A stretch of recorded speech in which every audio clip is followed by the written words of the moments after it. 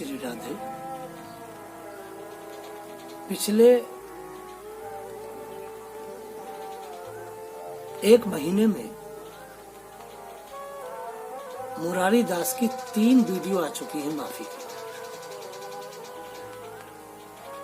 मैं भारतीय समाज से एक बात पूछ रहा हूं और मुरारी दास से भी पूछ रहा हूं, एक सन्यासी, दंडधारी सन्यासी के नाते,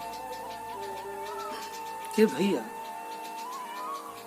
तुम जो बार बार कह रहे हो कि मैंने कृष्ण निंदा किया, दाऊ जी की निंदा किया, मुझे क्षमा कर दो। भैया ये विषय ही नहीं है। तुमने दाऊ जी को कहा कि शराब पीते थे, कृष्ण को क्या टोटल फेल। वास्तव में ये तुमने कृष्ण के लिए नहीं कहा है और न तुमने दाऊ जी के लिए कहा। वास्तव में व्यास जी पर बैठ करके तुमने ही अपने लिए कहा कि तुम ही टोटल फेल हो, और तुमने दाऊ जी के लिए कहा कि वो 24 घंटे धुत रहते थे, तो मद में, मोह और मद में तुम ही धुत रहते हो भैया। अब रही क्षमा की बात। अब देखो क्षमा की हम बात बता रहे हैं।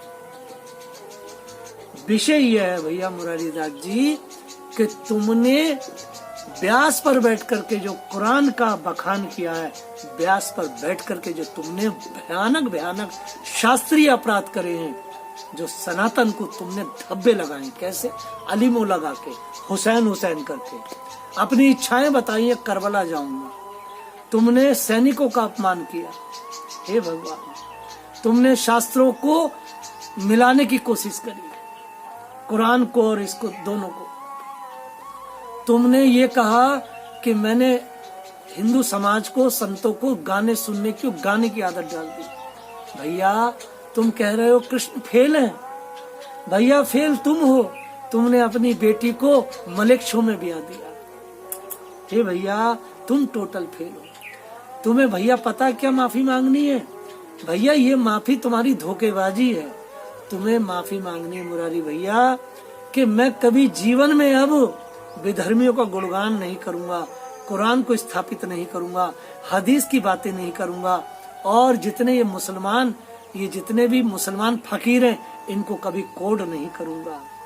तुम्हें माफी मांगनी चाहिए कि मैं फेल हो गया, मेरी गृहस्थी फेल हो गई कि मेरी बेटी ने भाग करके लव जिहाद में फंस करके मुसलमान से शादी करी। हे संतों, हे महात्माओं, हे ब्रजवासियों, बताओ कि मैं अपने दामाद और अपने पुत्री के लिए क्या करूं, वह पुनः हिंदू धर्म में लौटाएं। भैया तुम छल रहे हो, तुम मोह और मद के आंसू बहा रहे हो। असली माफी मांगो मेरे भैया, असली माफी, कि तुम जीवन में अब कभी भी मलिक शो का गुणगान नहीं करोगे। तुम जीवन में कभी व्यासपीठ पर बैठ करके मौला अली नहीं करोगे। अरे भैया निर्लज, तुम इसकी क्षमा मांगो। बड़ा मुद्दा यह है कि आपने व्यासपीठ को कलंकित किया और मलिक शो का गुणगान किया। आपको क्षमा मांगनी चाहिए स्पष्ट शब्दों में। कौन सी? आपको स्पष्ट शब्दों में कहना चाहिए कि मैंने व्यासपीठ को कलंकित किया अली मौला के, मैंने व्यासपीठ को कलंकित किया हुसैन के, मैंने व्यासपीठ को कलंकित किया कुरान को और हदीसों को रामचरितमानस से जोड़ के, मैंने कुरान शरीफ को स्थापित करने का प्रयास किया। तुम्हें माफी मांगनी चाहिए हिंदू समाज से कि तुम व्यास गद्दी से उतर के राम लला का दर्शन करके तुम उन कब्रों पे, जहाँ पे वो मलिक सड़ रहे हैं, कब्रों पे गए। तुम्हें ये क्षमा मांगनी चाहिए। तुम्हें भारतीय समाज से क्षमा मांगनी चाहिए। श्री कृष्ण फेल नहीं हुए, टोटल मैं फेल हुआ हूँ, क्योंकि मेरी लड़की लव जिहाद में फंस करके मुसलमान से शादी की।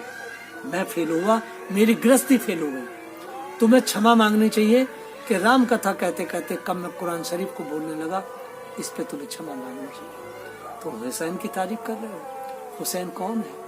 अरे तुम विधर्मियों का गुणगान। असली क्षमा यह है, विधर्मियों का गुणगान जो तुमने किया है, यही सबसे बड़ा पाप किया। अरे भैया तुम राम का गुणगान करते करते रावण का गुणगान करने लगे। कल को पता क्या होता? तुम श्री कृष्ण का गुणगान क्या करते? श्री कृष्ण के गुणगान करते करते उनकी निंदा करते करते कल को तुम भौमासुर की बात करने लगते कि भौमासुर के जो कारागार में बहन बेटियां राजकुमारियां थी, वो ठीक था, वो विवाह कर रहा। तुम तो ये भी कहते कल को, क्योंकि तुमने बहुत बुरा शुरू कर दिया था। ये तो भारतीय समाज को जल्दी से चेत हो गया, बहुत जल्दी चेत हो गया, जो तुम्हारी कलई खुल गई। भैया क्षमा मांगो अपने जिहाद पर, क्षमा मांगो अपनी विकृतियों पर, क्षमा मांगो कुरान की गुणगान पर। असली क्षमा ये है भैया, ये क्षमा नहीं है कि मैंने जो है निंदा की है कृष्ण बलराम की। से बड़ी बात यह है कि तुमने जो है बहुत ही बुरा रामचरितमानस को कलंकित किया। ये क्षमा मांगो भैया। अपना वीडियो आना चाहिए, मैं क्षमा चाहता हूँ कि मैंने ब्यास गद्दी को कलंकित किया, अली मौला कहा, मैंने कीर्तन गाया कुरान का, मैं क्षमा चाहता हूँ, क्षमा चाहता हूँ। ये वीडियो तुम्हारा आना चाहिए। तुम समाज को बरगला रहे हो अपने मोह मत के आंसू दिखा के। तुम्हारे ये कुटिल आंसू कोई भी अब स्वीकार नहीं करेगा। तुमने सैनिकों की बुराई करी, तुमने व्यास पर संतों का मखौल उड़ाया, शास्त्रों का मखौल उड़ाया, तुमने किसको नहीं छोड़ा। अरे तुम तो ऐसे निर्लज निकले, तुमने हमारे ठाकुर जी का स्वरूप ही विकृत कर दिया। इसकी क्षमा मांगो। तुम ये कहो कि मैंने जो मूर्ति स्थापित की महुआ में, वो मैंने बहुत गलत किया है, मैं क्षमा चाहता हूँ, जल्दी से उन्हें मैं सुसज्जित करूंगा। ये क्षमा मांगो भैया। तुम बार बार कहते हो हम निम्बार की काहे के निम्बार की हो भैया।